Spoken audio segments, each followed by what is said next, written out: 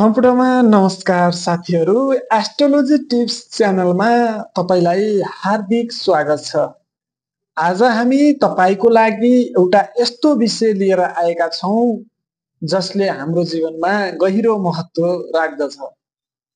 ब्रह्मा मुहूर्त। साथीहरू, तपाईहरूले प्राय आफ्ना जेठा बुढापाकाहरूबाट सुनेको हुनुपर्छ कि ब्रह्मा मुहूर्तमा उठेर पूजा, ध्यान वा योगहरू गर्नुपर्छ। तर के तपाईले कहिल्यै सोच्नु भएको छ कि हाम्रा पूर्वजहरूले यो समयलाई किन यति महत्त्वपूर्ण मानेका हुन्?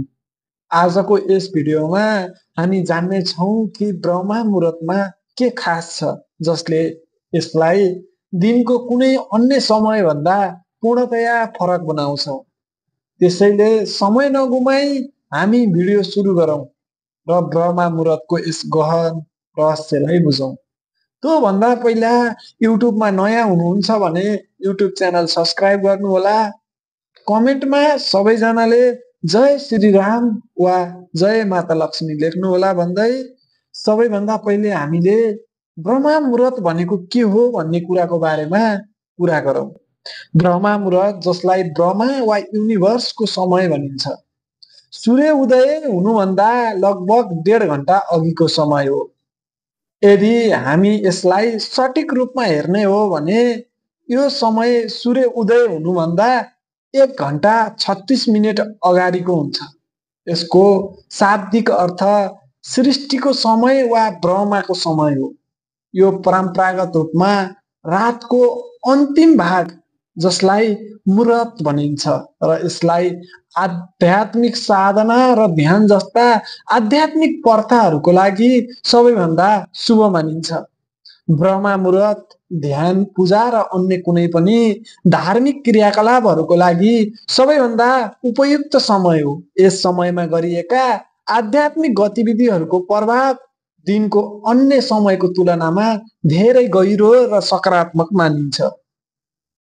ब्रह्मा मुहूर्त ध्यान र पूजा र अन्य धार्मिक क्रियाकलापहरूको लागि सबैभन्दा उपयुक्त समय भएकोले यस समयमा गरिएका आध्यात्मिक गतिविधिहरूको प्रभाव दिनको अन्य समयको तुलनामा धेरै गहिरो र सकारात्मक मानिन्छ। ब्रह्मा मुहूर्त 24 मिनेटको समय हो, जुन सूर्य उदय हुनुभन्दा ठिक 1 घण्टा 36 मिनेट अघि सुरु हुन्छ र सूर्य उदय हुनुभन्दा 48 मिनेट अघि समाप्त हुन्छ। ब्रह्मा त्यो देवता हुन् जसले सृष्टिको रचना गरेका हुन् र मुहूर्तको अर्थ एक विशिष्ट समय अवधि हो। यसरी ब्रह्मा मुहूर्तलाई प्रत्यक्ष रूपमा ब्रह्माको समय भन्न सकिन्छ। योग, ध्यान र अन्य आध्यात्मिक साधनाहरूको लागि ब्रह्मा मुहूर्तलाई सबैभन्दा शुभ मानिन्छ। यस समयमा गरिएका गतिविधिहरूले धेरै गहिरो र सकारात्मक प्रभावहरू पार्छन् जसले मानसिक उन्नति बढाउँछ। यति मात्र नभई सिख धर्ममा यस समयलाई अमृत बेला भनेर पनि चिनिन्छ। यसकारण यस समयमा गरिएको कुनै पनि धार्मिक वा आध्यात्मिक गतिविधिहरू दिन वा रातको कुनै पनि समयको तुलनामा सबैभन्दा प्रभावशाली मानिन्छ। ब्रह्मा मुहूर्त रातको चौथो मुहूर्त काल हो। एक मुहूर्त काल लगभग 48 मिनेटको हुन्छ, अर्थात् एक पूर्ण रातमा कुल 15 मुहूर्त हुन्छन्। प्रत्येक मुहूर्त लगभग 48 मिनेटको हुन्छ र यसै कारण ब्रह्मा मुहूर्त सूर्य उदय हुनुभन्दा ठिक 1 घण्टा 36 मिनेट अगाडि सुरु हुन्छ र सूर्य उदय हुनुभन्दा 48 मिनेट अघि समाप्त हुन्छ। सूर्य उदय हुने समय, स्थान र मौसम अनुसार प्रतिदिन परिवर्तन हुन्छ। त्यसैले ब्रह्मा मुहूर्तको समय पनि हरेक दिन परिवर्तन हुँदै रहन्छ। उदाहरणको लागि, यदि सूर्य उदय हुने समय बिहान 6 बजे छ भने ब्रह्मा मुहूर्त 4:24 मिनेटबाट सुरु हुनेछ। त्यस्तै यदि सूर्य उदय हुने समय बिहान 7 बजे छ भने ब्रह्मा मुहूर्त 5:24 मिनेटमा सुरु हुनेछ। साथीहरू, के तपाईले कहिल्यै सोच्नु भएको छ कि विदेशबाट धेरै मानिसहरू किन नेपाल आउँछन्? के कारण छ कि उनीहरूलाई नेपाली आध्यात्मिक यति आकर्षक लाग्छ? के तपाईले सोच्नु भएको छ विदेशी व्यक्तिहरू के गरे जसले उनीहरूको परिमाणमा यति अद्भुत बनायो? त्यसो भए म तपाईलाई भन्छु, सिद्धान्त अनुसार जब तपाईको मस्तिष्क परिवर्तन हुन्छ, तपाईको भाग्य परिवर्तन हुन्छ। यसको अर्थ हो कि बिहान 2 बजेदेखि 5 बजेको समयमा ध्यान, जप वा चिन्तनको लागि सबैभन्दा उपयुक्त मानिन्छ। यसै समय परम्परा रूपमा ब्रह्म मुहूर्त वा हाम्रा सृष्टिकर्ता ब्रह्माको समयको रूपमा चिनिन्छ। हामीलाई आवश्यकता छ कि हामी आफ्नो मन र विश्वासमा ठूलो परिवर्तन ल्याउँ। हामीलाई आफ्नो चेतनाको ठूलो परिवर्तन ल्याउन आवश्यक छ, जसले हाम्रो विश्वास, भरोसा र दृष्टिकोणका सकारात्मक विचारहरूलाई विकसित गर्छ। त्यसपछि मात्र तपाईले यस विशेष समयको अद्वितीय प्रभावलाई अनुभव गर्न सक्नुहुनेछ र तपाईको जीवनमा विभिन्न परिणामहरू देखा पर्न सक्छन्। यति मात्र नभई तपाईले आफूलाई सही समयमा सही ठाउँमा पुर्याउनु हुनेछ, किनभने ब्रह्म मुहूर्तको समयमा कसैले अनपेक्षित रूपमा तपाईको मद्दत गर्न आउन सक्छ। यस्ता अप्रत्याशित परिस्थितिहरूबाट तपाई बाहिर निस्कन सक्षम हुनुहुनेछ। ब्रह्म मुहूर्तको समयमा तपाईको मन र समय दुवै स्थिर रहन्छ। यस्तो अवस्थामा तपाईले कसले, किन, के, कहिले जस्ता सबै प्रश्नहरू पूर्णतः बिर्सिनुहुन्छ। यो नै त्यो अवस्था हो जहाँ तपाईले आफ्नो लक्ष्यहरू पूरा गर्ने शक्तिहरूलाई पूर्णतया अनुभव गर्न सक्नुहुन्छ। अब हामी ब्रह्म मुहूर्तमा किन जाग्नुपर्छ भन्ने बारेमा कुरा गरौँ। अहिलेसम्म हामीले तपाईलाई यसका धेरै फाइदाहरू बताइसकेका छौँ, जसले तपाईलाई चाँडो उठ्न प्रेरित गर्न प्रयत्न गर्नुपर्छ। तर यदि अझै पनि तपाई पूर्णतः बुझ्नु भएको छैन भने हामी तपाईलाई एक तार्किक व्याख्या दिन्छौँ कि ब्रह्म मुहूर्तको समयमा जाग्न किन महत्त्वपूर्ण छ। हामी मानिसहरू दैनिक प्राणी हौं, जसको अर्थ हो कि हाम्रो शरीर सूर्य र प्रकृतिका तत्त्वहरू अनुसार काम गर्छ। त्यसैले हामीले ब्रह्म मुहूर्तमा जाग्नुपर्छ, ताकि जब सूर्य उदय हुन्छ हामीले आफ्नो बिहानका सबै आदतहरू र परम्पराहरू पूरा गरिसकेको हुनेछौँ र दिनको नयाँ सुरुवातका लागि तयार हुनेछौँ। हामीले सूर्यलाई एक अतिथिको रूपमा मान्नुपर्छ र हरेक दिन उसलाई खुल्ला मनले स्वागत गर्नुपर्छ। यस बाहेक धेरै मानिसहरूको विश्वास छ कि जो व्यक्तिहरू सूर्य उदयपछि सुत्छन् उनीहरूलाई सूर्य देवताको श्राप प्राप्त हुन्छ भने जो व्यक्तिहरू सूर्य उदय हुनुभन्दा अगाडि उठ्छन् उनीहरूलाई सूर्य देवताको आशीर्वाद प्राप्त हुन्छ। यही कारणले गर्दा ब्रह्म मुहूर्तमा जाग्नाले जीवनमा खुसी ल्याउँछ र एक पटक तपाईले यस समयमा उठ्न सुरु गर्नुभयो भने तपाईको पूर्ण दिन अर्थात् शेड्युल स्वाभाविक रूपमा सन्तुलित र व्यवस्थित हुनेछ। अब अगाडि बढौं र ब्रह्म मुहूर्तमा जाग्न किन महत्त्वपूर्ण छ भन्ने बारेमा कुरा गरौँ। आयुर्वेद अनुसार मानिसको शरीरमा 3 दोषहरू हुन्छन्: वात हावा, पित्त आगो र पानी, र कफ पृथ्वी र पानी। यी 3 दोषहरूको प्रभाव हाम्रो शरीरमा समय अनुसार परिवर्तन हुँदै रहन्छ, जुन आयुर्वेद काल चक्रसँग जोडिएको छ। सूर्य उदय हुनुभन्दा लगभग बिहानको 10 बजेसम्मको समयलाई कफको समय भनी मानिन्छ। त्यस्तै बिहान 10 बजेदेखि दिउँसो 2 बजेसम्मको समयलाई पित्तको समय हो र दिउँसो 2 बजेदेखि साँझ 6 बजेसम्मको समयलाई वातको समय हो। यही अनुसार यही क्रम दोहोरिरहन्छ। ब्रह्म मुहूर्तको समय बिहानको वातकालमा पर्छ र यो नै त्यो समय हो जब हाम्रो शरीर र मनले एक अद्वितीय ऊर्जा र शान्ति अनुभव गर्न सक्छ।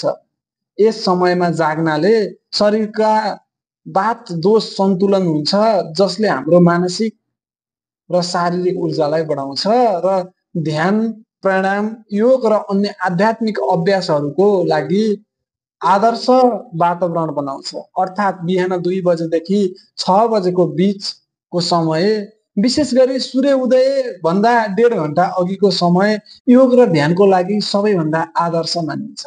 यस समयमा मन स्वाभाविक रूपमा स्थिर हुन्छ, जसले गहिरो ध्यानको अवस्थामा पुग्न सजिलो बनाउँछ।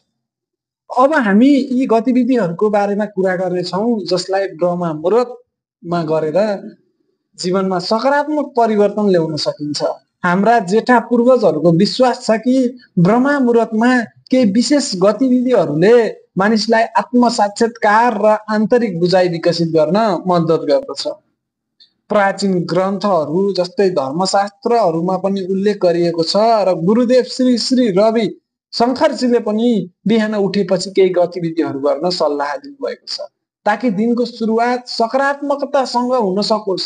त्यसैले यी गतिविधिहरूको बारेमा कुरा गरौँ, जसलाई ब्रह्म मुहुर्तमा गरेर तपाईँले आफ्नो जीवनशैली र दृष्टिकोणमा उल्लेखनीय परिवर्तन ल्याउन सकिन्छ। सुरुमा एकमा छ ध्यान। ध्यान यो आध्यात्मिक साक्षात्कारको सबैभन्दा राम्रो तरिका हो। जब सम्पूर्ण संसार सुतिरहेको हुन्छ, ध्यान गर्नको लागि सबैभन्दा उपयुक्त समय त्यही हुन सक्छ। यसैले मनलाई स्थिरता र शान्त दिन्छ, जसले मानिसलाई आफैसँग जोड्छ। ब्रह्म मुहुर्तको समयमा गहिरो ध्यानको लागि आदर्श मानिन्छ। यस समयमा मन स्वाभाविक रूपमा शान्त हुन्छ, जसले तपाईँलाई आफ्नो भित्री यात्रामा लैजान सक्छ। बिहानको ध्यानले तपाईँको विचारधारालाई सफा र केन्द्रित बनाउँछ, जसले तपाईँलाई दिनभर सामना गर्नुपर्ने चुनौतीहरूको सामना र अधिक स्थिरता र शान्तिसँग गर्न सक्ने बनाउँछ। त्यसैगरी अर्को छ योग र प्राणायाम। यस समयमा योग र प्राणायाम गर्नाले शारीरिक र मानसिक शक्ति बढाउँछ। प्राणायाम श्वास प्रश्वास अभ्यासले न केवल फोक्सोलाई मात्र स्वस्थ राख्छ, तर शरीरमा अक्सिजनको स्तर पनि बढाउँछ, जसले मस्तिष्कको कार्यक्षमता बढाउँछ। योग विशेष गरी सूर्य नमस्कार बिहानको ऊर्जालाई स्वागत गर्ने एक सुन्दर तरिका हो।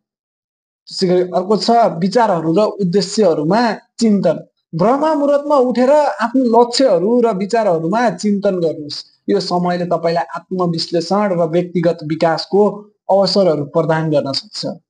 आफ्नो जीवनमा के सुधार गर्नुपर्छ र कुन दिशामा लैजानुपर्छ भन्ने विचार गर्नुहोस्। यसले तपाईँलाई दिनभर आफ्नो कार्यहरूका लागि एक स्पष्ट मानसिकता तयार पार्न मद्दत गर्दछ। त्यसैगरी अर्को छ आध्यात्मिक पठन। आध्यात्मिक पठन यस समयमा धार्मिक ग्रन्थहरू जस्तै भागवत गीता, उपनिषद वा तपाईँको विश्वास अनुसार कुनै प्रेरणादायक पुस्तकको अभ्यास गर्नु लाभदायक हुन्छ। यस गतिविधिले मनलाई सकारात्मकताले भरिदिन्छ र आध्यात्मिक ज्ञानप्रति झुकाव बढाउँछ, जसले तपाईँलाई दिनभरका कार्यहरूमा शान्त र सन्तुलित मानसिकता बनाएर राख्न मद्दत गर्दछ। त्यसैगरी अर्को छ सङ्कल्प र प्रार्थना। प्राचीन शास्त्रहरू अनुसार ब्रह्म मुहुर्तमा गरिएको प्रार्थना अत्याधिक शक्तिशाली हुन्छ। यस समयमा तपाईँले आफ्नो आत्मासँग जोडिएको सङ्कल्प लिन सक्नुहुन्छ वा ईश्वरप्रति कृतज्ञता प्रकट गर्न सक्नुहुन्छ। प्रार्थनाले तपाईँको भित्र शान्ति र सन्तोषको भाव ल्याउँछ, जसले दिनभरका कार्यहरूलाई सकारात्मकता कायम गर्न मद्दत पुर्याउँछ। पानी पिउनु। आयुर्वेद अनुसार ब्रह्म मुहुर्तमा उठेपछि न्यानो पानी पिउनु लाभदायक हुन्छ। यसले पेट सफा गर्छ र पाचन तत्त्वलाई पनि सक्रिय बनाउँछ। यस अभ्यासले शरीरका विषाक्त पदार्थहरूलाई बाहिर निकाल्छ, जसले शरीरमा ऊर्जाको स्तर बढाउँछ र दिनभर स्फूर्त बनाएर राख्छ। यी 6 गतिविधिहरूले न केवल तपाईँलाई एक सकारात्मक सुरुवात दिन्छन्, तर आत्मसाक्षात्कार र आन्तरिक विकासका लागि पनि सहायक सिद्ध हुन सक्छ। यदि तपाईँले यी गतिविधिहरूलाई आफ्नो दिनचर्यामा समावेश गर्नुभयो भने तपाईँको दिनको गुणात्मक र उत्पादकता निश्चित रूपमा सुधार आउनेछ। ब्रह्म मुहुर्तको सबैभन्दा ठूलो फाइदा यो हो कि यस समयमा गरिएको कुनै पनि मानसिक वा आध्यात्मिक साधनाको प्रभाव धेरै गुणा बढी हुन्छ। यस बाहेक ब्रह्म मुहुर्तमा जाग्नाले अन्य धेरै महत्त्वपूर्ण फाइदाहरू पनि प्राप्त गर्न सकिन्छ, जसले जीवनमा सकारात्मकता र सन्तुलित ल्याउन मद्दत गर्दछ। आउनुहोस् यी फाइदाहरूको बारेमा पनि विस्तृत रूपमा जानौँ। सुरुमा छ मानसिक शान्ति र स्पष्टता। ब्रह्म मुहुर्तमा जाग्नाले तपाईँको दिमागमा एक विशेष प्रकारको स्पष्टता ल्याउँछ। यस समयमा मन शान्त र स्थिर हुन्छ, जसले आफ्ना विचारहरूलाई सही दिशामा व्यवस्थित गर्न मद्दत गर्दछ। यो मानसिक स्पष्टताले तपाईँलाई जीवनमा दिशा र निर्णय लिन सहयोग गर्दछ। स्वजागरुकता। यस समयमा तपाईँको मन स्थिरताले तपाईँलाई आफैको बारेमा अधिक जागरुक बनाउँछ। तपाईँले आफ्ना विचारहरू, भावनाहरू र वास्तविक उद्देश्यहरूलाई गहिराईमा बुझ्न थाल्नुहुन्छ, जसले तपाईँको आत्मचेतनाको विकास गर्दछ। यो आत्मजागरुकता आत्मसाक्षरतातर्फको एक कदम हो। बढी उत्पादकता। ब्रह्म मुहुर्तमा जागेर तपाईँले आफ्नो दिनको सुरुवात चाँडो गर्न सक्नुहुन्छ। यदि तपाईँले बिहान 4 बजे उठ्नुहुन्छ भने दिनको अन्त्यसम्म तपाईँको धेरै समय हुन्छ, जसले तपाईँले आफ्नो सबै प्राथमिकताहरू पूरा गर्न सक्नुहुन्छ। दिनको सुरुवातमा नै धेरै कामहरू गरेर तपाईँले आफूलाई अधिक उत्पादक महसुस गर्न सक्नुहुन्छ, जसले आत्मसन्तोष र उत्साह ल्याउँछ। आत्मसाक्षरता। ब्रह्म मुहुर्तको समयमा आत्मसाक्षरताको सम्भावना भरिएको हुन्छ। यस समयमा गरिएका साधनाहरू जस्तै ध्यान, प्रथा र चिन्तनले तपाईलाई आफ्नो बाह्य संसारबाट टाढा हुँदै आफ्नो वास्तविक स्वरूप अनुभव गर्न सक्नुहुन्छ।